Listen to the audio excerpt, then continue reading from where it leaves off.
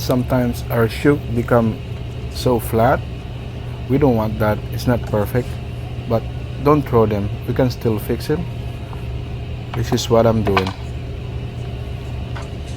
I'm slicing them into half like that.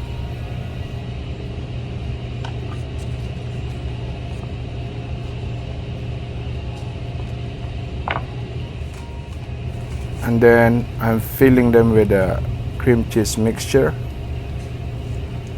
like that, like that. Almost done. Almost.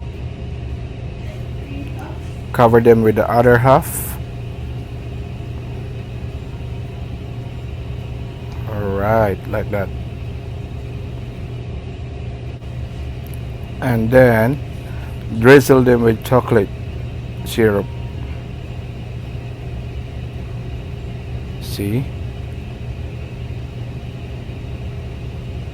Now they are fixed.